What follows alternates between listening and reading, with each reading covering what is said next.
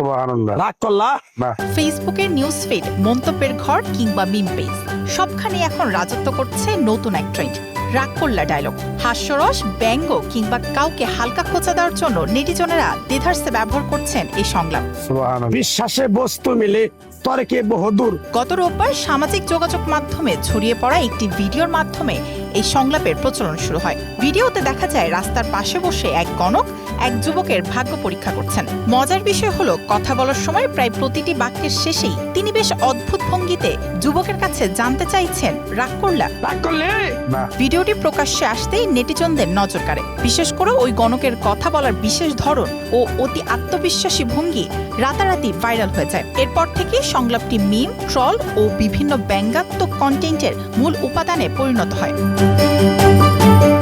Viral হওয়া সেই গণকের আসল পরিচয় অবশেষে সামনে এসেছে। জানা গেছে ওই ব্যক্তির নাম ইমাম আলী। তবে তিনি আসলে কোনো পেশাদার গণক নন, বরং অভিনয়ের সঙ্গে সম্পৃক্ত। ফেসবুকে তার নিজস্ব পেজে গেলে এরকম আরো বেশ কিছু অভিনয়ের ভিডিও দেখতে পাওয়া যায়। ইমাম আলী বর্তমানে গাজীপুরে বসবাস করছেন।